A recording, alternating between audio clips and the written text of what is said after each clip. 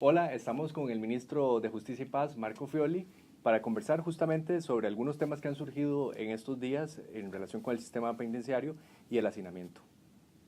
Don Marco, hace 2 o 3 años, quizás a nivel de medios de comunicación, no era el principal tema de abordar las cárceles, mucho menos los privados de libertad.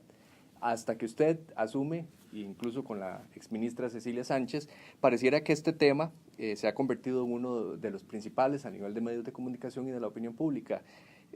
¿A qué le atribuye usted esto? Bueno, yo creo que hay dos factores. Primero, nosotros planteamos una política penitenciaria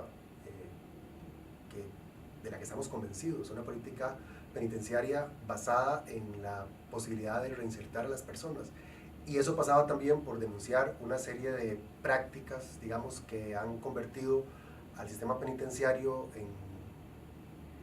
simplemente en un depósito de personas, diciendo además cosas que son muy impopulares, como que eso es una fantasía, que así no se resuelve la violencia, que la violencia se resuelve generando condiciones en las cárceles para que las cárceles puedan de verdad ser un vehículo para la resocialización.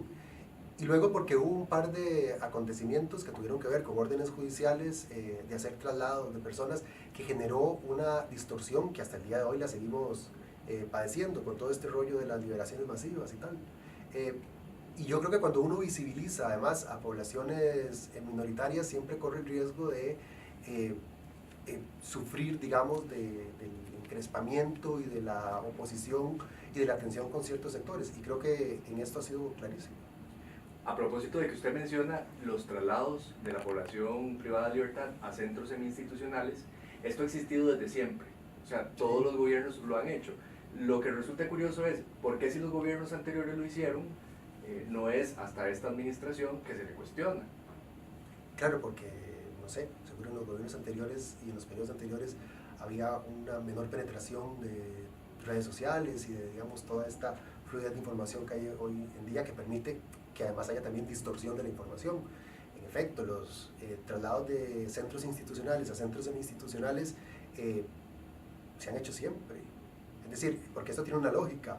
El Estado necesita dar acompañamiento a las personas que van avanzando hacia la libertad y para eso se trasladan de un nivel a otro. Todos los niveles penitenciarios de una sociedad democrática están construidos en niveles hasta poder alcanzar la libertad definitiva. Y esto, como usted dice, se ha hecho siempre. Es decir, por ejemplo, en el periodo anterior se trasladaron 9.000 personas, del año 2010 al año 2014.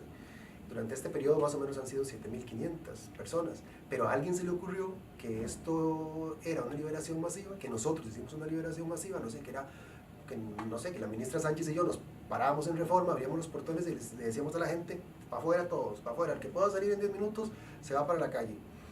Y esta es la sensación que ha quedado. Y además se ha creado una confusión entre las competencias que tiene el Ministerio de Seguridad, los hechos de violencia que han aquejado al país y las políticas del Ministerio de Justicia, que no tienen ninguna relación. A mí me presiona cuando escucho, porque lo dije una vez y lo vuelvo a decir, eso es demagogia y eso es tomar el pelo a la gente. Cuando se dice que nosotros liberamos masivamente personas y que esto se va a parar. No, porque hacen una confusión de conceptos enorme y a partir de ahí inducen error a la gente.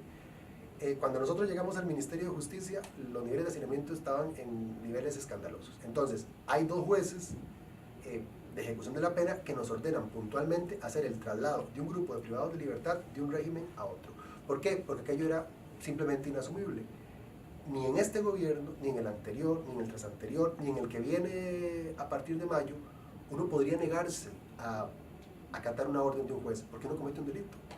Entonces, por ejemplo, en el gobierno de doña Laura, al final, a doña Ana Garita, exministra de Justicia, un juez de ejecución de la pena le ordenó trasladar a más o menos 350 personas del Centro Penal San Sebastián. ¿Y qué hizo doña Ana Garita? El traslado, porque ella está obligada, porque estaba obligada a acatar la orden de los jueces. Y nosotros hicimos exactamente lo mismo. Lo hicimos en dos momentos puntuales. Lo hicimos con 1.400 personas por órdenes expresas de los jueces. De esas 1.400 personas, el 3% regresó por haber cometido un nuevo delito. Es decir, la medida fue exitosa, pero eso no es una liberación masiva, ni esa fue una política, digamos, ni una estrategia del Ministerio de Justicia. Se hizo en un momento concreto, en dos momentos concretos, pero eso ha servido para que todavía al día de hoy haya gente diciendo que el Ministerio libera masivamente a las personas y que hay una especie de relación, que esto a mí me parece, ¿verdad?, alucinante, una relación de causalidad entre delincuencia y las políticas del Ministerio de Justicia, lo cual es absolutamente falso. Bueno, es innegable que la tasa de homicidios en Costa Rica está en niveles de pandemia y precisamente esas son las preocupaciones de las autoridades que se encargan del tema de seguridad y además de la ciudadanía. En el caso concreto, ¿cuál considera usted que ha sido la cuota del Ministerio de Justicia y Paz en estos niveles de inseguridad o en este aumento en los homicidios? Claro, es que vamos a ver, las instituciones tienen competencias. Las competencias del Ministerio de Justicia son ejecutar las penas de quienes han cometido delitos. Y la ejecución de esas penas se hacen en el marco de un Estado de Derecho y en el marco además de unas finalidades. La finalidad de la pena no solamente es castigar. La finalidad de la pena es además que la persona que cometió un delito no vuelva a cometerlo. ¿Por qué? Porque si esa persona no vuelve a cometer un delito, el resto de la sociedad, digamos, nos salvamos, evitamos ser víctimas de nuevos hechos de violencia.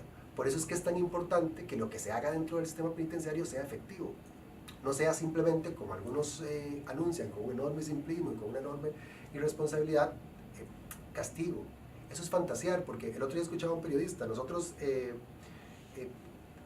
solemos caer en esta fantasía de pensar que las circunstancias y los hechos que más nos horrorizan pueden evitarse con la represión, y eso no funciona así. Esto es una fantasía, esto no es verdad. Entonces, el sistema penitenciario tiene la responsabilidad de que las personas que están en las cárceles tengan una atención que garantice que luego no van a volver a cometer delito. Eso es lo que nos interesa, porque las personas de las cárceles van a salir. Van a salir dentro de 5 años, dentro de 7, dentro de 10, pero van a salir. La pregunta es, ¿cómo queremos que salgan? Esto no es alcahuetear, como también se ha dicho. Eso es actuar con inteligencia, para que esas personas que salen de la cárcel salgan en el momento que les corresponde salir, porque ya han cumplido la pena, porque dentro de su proceso de atención corresponde trasladarlos de nivel, y que salgan sabiendo nosotros y teniendo la garantía de que no van a volver a cometer delito. Ahora que usted plantea la pregunta, ¿cómo van a salir las personas que están en la cárcel después de cumplir la pena? Recuerdo muy bien, en el 2013 pude entrevistar al entonces viceministro de Justicia, Eugenio Polanco, sobre el tema del hacinamiento, y además porque en ese contexto él renuncia al cargo de viceministro, alegando que no le están asignando suficientes recursos al Ministerio de Justicia y se va advirtiéndole al gobierno de que si no atendía bien el problema del hacinamiento, al cabo de por lo menos 5 años, un grupo de privados de libertad iba a salir de las cárceles con una sed de venganza por las condiciones en las que se encontraban con los niveles de hacinamiento en ese momento. Esos 5 años ya se cumplieron. La pregunta es, ¿salieron estas personas con esa sed de venganza en este contexto? Bueno, yo creo que el Estado hizo algo para evitar esto, y fue la aprobación de un préstamo con el Banco Interamericano de Desarrollo que se empezó a negociar en el año 2009, que se aprueba en el 2012 y que empieza a ejecutarse en el 2014 en esta administración, que justamente lo que buscaba era la construcción de centros penitenciarios con otro tipo de enfoque, con un enfoque que estuviera basado en el trabajo y en el estudio. Pero ciertamente los niveles de hacinamiento que ha alcanzado el país y los niveles de población penal nos ponen a nosotros permanentemente en una situación de riesgo, y eso la gente tiene que entenderlo. Y esto no es ser alcahuetas, ni esto es olvidarse de las víctimas, esto es entender que las personas en las cárceles van a salir, y que la gran pregunta es cómo queremos que salgan.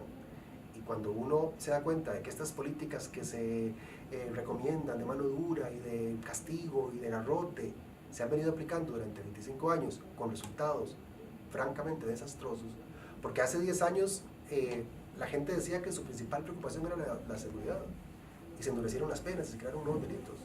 ¿Y cuál es el resultado 10 años después? ¿Que la gente se sienta más segura? No, la gente sigue diciendo que se siente insegura, con una diferencia: ahora tenemos las cárceles aterradas. Y la cárcel, si no tiene condiciones, se convierte en una fuente de más delincuencia. Eso es lo que tenemos que evitar. Y de nuevo, esto no es ser alcahuete. Es como cuando nosotros nos dicen que estas cosas que se inventan, de que en esta administración a los reos se les da clases de yoga y que estamos invirtiendo plata en esas frivolidades y tal. Eso es una mentira. O sea, es que si para alguien como yo, que no tenía ninguna experiencia en la gestión pública, porque mi trabajo es en el Poder Judicial, y allí volveré cuando termine mi gestión, lo de enfrentarme a una distorsión permanente de las cosas ha sido, digamos, algo totalmente, digamos, inusitado. Cuando se dicen estas cosas, se engaña a la gente. Por ejemplo, lo del yoga.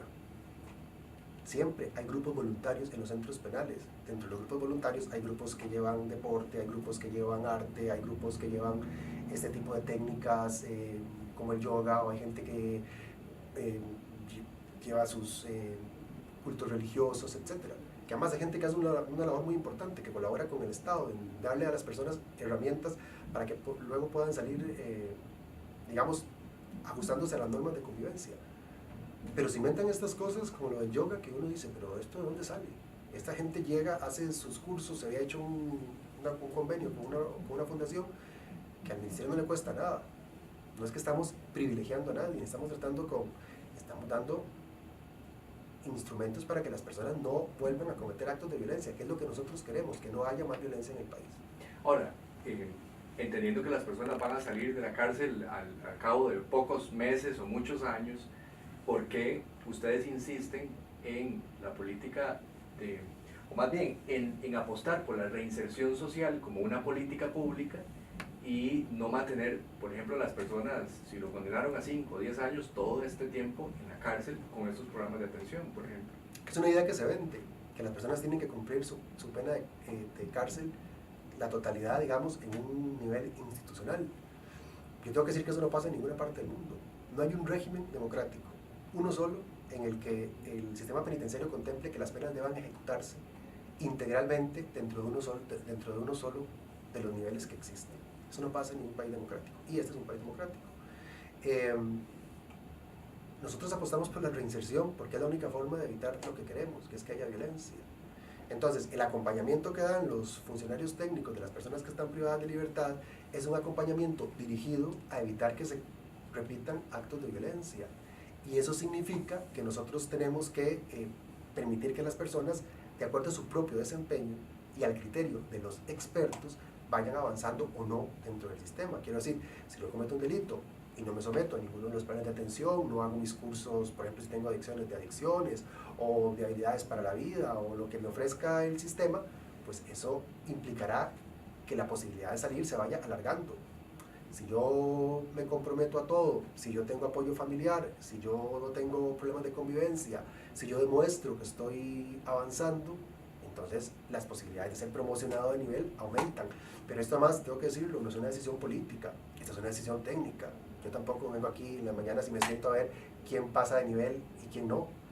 Yo de esto no me entero, porque esto le corresponde a los funcionarios de los centros penales y luego al Instituto Nacional de Criminología, cuando hacen esas promociones de niveles, cuando jueces de ejecución, cuando ordenan libertades condicionales. Pero eso es diferente. Lo que quiero decir es que se ha también generado esta idea de que estas son decisiones políticas y de que si, por ejemplo, viene alguien con una visión distinta, esto va a parar. Mentira, esto no va a parar. Quien diga eso, miente. Porque darle vuelta a esto, a la concepción democrática, digamos, que tiene un sistema penitenciario, implica, entre otras cosas, que nosotros, no sé, tengamos que denunciar la Comisión Interamericana de Derechos Humanos que establece cuáles son las finalidades de la pena, o cambiar la constitución política que establece que no se pueden imponer penas crueles o degradantes, que no tengan una finalidad, digamos, ulterior, más allá del castigo, o habría que reformar el Código Penal que establece cuáles son las finalidades de la pena, o habría que derogar el reglamento del sistema penitenciario, porque así es como está estructurado, y no está estructurado, digamos, gratuitamente, está estructurado así porque la idea es que podamos contener los hechos de violencia, y los hechos de violencia se contienen dando la atención técnica que corresponde a las personas que están dentro de las cárceles, no simplemente engavetándolas y olvidándonos de ellas durante 10 o 15 años, porque al cabo de esos 10 o 15 años van a salir peor, y eso es lo que queremos evitar. Ahora, muchos sectores lo que han cuestionado es que el sistema penitenciario se ha olvidado de las víctimas. ¿Cuál es el papel que deberían de tener estas personas una vez que la persona sentenciada por cometer un delito empieza a descontar su pena en la cárcel? Claro, es que esto es, digamos, de nuevo, la demagogia con la que se ha hablado de este tema. Es que el sistema penitenciario tiene una función: hacerse cargo del cumplimiento de la pena de quien cometió un delito. A esa víctima el Estado le respondió castigando al infractor de una norma jurídica por la cual esa víctima fue afectada. Y luego, durante el proceso de ejecución de la pena, cada vez que se toma una decisión, digamos, referente, por ejemplo, a los cambios de nivel de las personas privadas de libertad, hay que hacer estudios victimológicos, hay que buscar a la víctima, hay que entrevistarla, van trabajadores sociales para determinar cuál es su posición respecto a los hechos y determinar si hay que, por ejemplo, tener alguna precaución con la persona privada de libertad, si se le fuera a cambiar de nivel. Pero es que se confunden las competencias. Es decir, el ministerio tiene un presupuesto asignado para garantizar que las penas se ejecuten.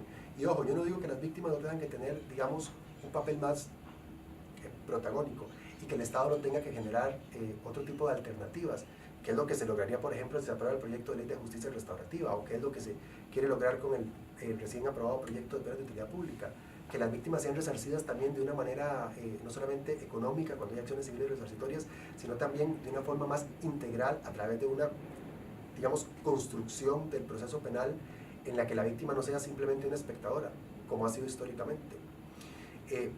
Y esto claro que podría mejorar, pero es que lo que tenemos que entender es cuáles son las competencias que tiene el Ministerio de Justicia. Las competencias son ejecutar la pena, que la persona que cometió un delito y fue sentenciado o sentenciada cumpla con esa pena y se someta a unos planes de atención. Entonces, esto de las víctimas es un recurso muy frecuente, pero es un recurso que revela una enorme ignorancia sobre cómo funciona el sistema penitenciario, sobre cuáles son las competencias que tiene el Ministerio de Justicia y además también sobre cuáles son las otras alternativas que tiene el Estado, por ejemplo, para acompañar a las personas que han sufrido un delito, porque no es lo mismo una víctima de un delito sexual o una víctima de un delito de violencia de género que alguien a quien le roban un celular, por ejemplo. Las atenciones son distintas y si es verdad que el Estado tiene respuestas diferentes y acompañamientos diferentes, por ejemplo, a través del INAMU se hace un trabajo fundamental con las mujeres víctimas de violencia de género. Hay una institución dedicada a la niñez que tiene la responsabilidad de acompañar a los menores cuando son víctimas de algún tipo de delito. Esas cosas pasan, pero es que a alguien se le ocurrió que todo le toca al Ministerio de Justicia y que el Ministerio de Justicia privilegia a un sector, y eso no es así. Es que nuestra responsabilidad es garantizar que se cumplan las penas. Ahora, usted habla de que el fin del ministerio es precisamente garantizar la ejecución de la pena, y estamos hablando de personas sentenciadas, pero solo en el 2017, de cada 100 personas que entraron a la cárcel, solo 10 habían cometido un delito y ya fueron sentenciadas por un tribunal y declaradas culpables. El resto, o sea, es un amplio porcentaje, está en prisión preventiva esperando un juicio para ver si se declara culpable o no. La pregunta es, bueno, ¿cuál es la utilidad de las cárceles si la mayoría de las personas que están ingresando no se sabe si cometieron un delito o no? Claro, el tema de la prisión preventiva es un tema también difícil. Como usted dice, nosotros, la mayoría de la gente que entra anualmente a las cárceles entra con prisión preventiva, y esa es una tarea que debe resolverse dentro del Poder Judicial. Es decir, hay que debatir y hay que cuestionarse, y yo creo que esto es un tema que corresponde al sistema judicial, qué tanto se usan las prisiones preventivas y con qué, digamos, rigurosidad se aplican. La Comisión Interamericana de Derechos Humanos dijo hace 2 años en una visita que hizo al país que se hacía un uso excesivo de la prisión. Y yo creo que también los presos sin condena suponen un déficit democrático muy importante en cualquier sociedad, y ese es un tema al que hay que entrarle. Pero claro, yo creo que esta es una discusión que en primer lugar corresponde hacer al Poder Judicial. Ahora, finalmente, está claro que muchos de los colegas que cubren el Ministerio de Justicia y publican sobre el sistema penitenciario parten de un desconocimiento. O sea, no es fácil entender cómo funciona el sistema penitenciario. Hay otros colegas que probablemente sí comprenden cómo es este tema. Sin embargo, lo cierto es que ha habido desinformación y tergiversación de lo que se hace en este ministerio. Si usted tuviera ya la oportunidad de decir, bueno, ¿cuál idea tergiversada podría aclararnos que no es así, no es tergiversado, sino que es de cierta forma, en cuáles temas lo haría? Es que hay muchísimos, los de todo el tema de la liberación masiva, que eso es un invento, que eso no ha pasado, que se sigue hablando, la Extra está rematada, tiene semana y media, está publicando todos los días cosas imprecisas o tergiversadas. El sábado sueltan un editorial diciendo que nosotros, que insisten en que nosotros hemos liberado masivamente gente. Pero bueno, hay un dicho español que dice que cuando un tonto coge un camino, el camino se acaba, pero el tonto sigue. Cuando hay una idea fija y esa idea se sigue repitiendo, pues ya pareciera que por más que uno diga lo que está pasando, hay quienes no se mueven de esa idea. Lo de las liberaciones masivas es una mentira, pero gigante. O sea, eso es el tamaño de una catedral, el tamaño de la Basílica de los Ángeles. Eso es mentira, eso nunca pasó. Hace unos días, por ejemplo, se dijo sobre el sistema de monitoreo electrónico, que el sistema de monitoreo electrónico no funciona. El sistema de monitoreo electrónico funciona bien. Es decir, cuando hay personas que incumplen, el sistema alerta y se comunica a las autoridades judiciales. Que el sistema de monitoreo electrónico es una decisión nuestra, esa es una decisión judicial. Nosotros no ponemos monitoreos electrónicos a nadie, eso lo decide el juez y nos comunica, y nosotros vamos y le ponemos la tobillera. Y es un sistema que ha funcionado razonablemente bien. Y con él castigamos también a quienes han cometido delitos, porque estar vigilado permanentemente es un castigo, que a veces esto se pierde de vista. Estamos tan acostumbrados a pensar que el único castigo es la cárcel, que nos olvidamos que hay otras formas de castigar, que pueden ser también efectivas, que pueden ser menos costosas que la cárcel, que es algo que además pagamos entre todos, y que no constituyen en sí mismo un beneficio. Yo a veces veo cómo tratan el tema de los monitoreos electrónicos como si fueran un beneficio, son un castigo. Y luego, hace unos días salió publicada una nota en La Nación que decía que el Ministerio de Justicia no cumplía, no ejecutaba correctamente los presupuestos de un órgano que tenemos que se llama Patronato de Construcciones. Y entonces yo vi en redes sociales la gente diciendo que es que no construimos cárceles. Eso es mentira. Este gobierno ha construido por primera vez en 17 años 3 centros penales nuevos. 3 centros penales nuevos. Porque claro, por un lado queremos cárceles y por otro lado no queremos gastar en cárceles. Pero este gobierno ha cumplido su tarea de construir espacios carcelarios bien. Espacios carcelarios pensados no en que van a ser hoteles de lujo, porque es que no son hoteles de lujo. El que diga eso frivoliza y no entiende nada del sistema penitenciario y no entiende nada de lo que es la privación de la libertad. Pero sí un centro penal que tenga, digamos, garantizado que vaya a haber espacios para que la gente aprenda un oficio, para que la gente estudie, para que la gente reciba a sus familias, para que los niños que llegan no tengan que ser victimizados por entrar a un sistema penal o a una cárcel. Pero bueno, se dijo esto y no se explicó que es que el Ministerio de Justicia tiene un órgano adscrito que se llama Patronato de Construcciones, que hace las obras más grandes del ministerio, como los espacios para estudiar o los centros penales, como el que estamos construyendo en Alajuela para las mujeres. Esos proyectos son proyectos que no se hacen en un año, con lo cual las reglas de la subejecución presupuestaria o la ejecución presupuestaria no se aplican a este órgano, que es un órgano adscrito, que tiene lo que se llama personería jurídica instrumental. Entonces tiene unas características distintas. No es que cuando pasa el año, lo que no se ejecutó se devuelve. No, lo que no se ejecutó, porque está en proceso, continúa allí.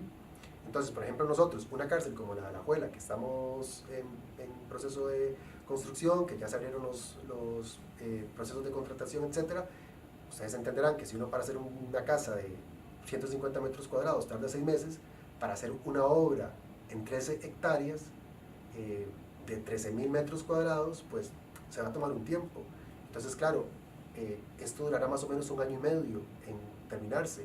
No es que al año hay que devolver el dinero, no, los 20.000 millones de colones que tiene el presupuestado Patronato están ahí y no se, digamos, contabilizan como ejecutados hasta que la obra es entregada. Entonces, esto también me parece que es importante aclararlo porque luego se creó la idea de que era que no se estaban haciendo espacio. Patronato a lo largo de estos años, por ejemplo de estos 2 años, ha construido espacios para los niños en Reforma, que eso es muy importante.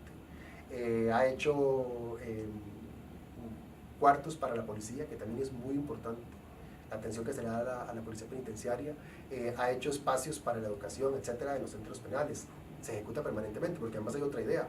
La idea esta que en el fondo está ahí latiendo con fuerza de creer que las cárceles son solamente hacer bodegas para meter a la gente. No, las cárceles no son solamente eso. Hay que hacerlo mucho más integral porque lo que queremos es que no haya más violencia. Y eso se logra, digamos, con un sistema penitenciario pensado para rehabilitar y resocializar.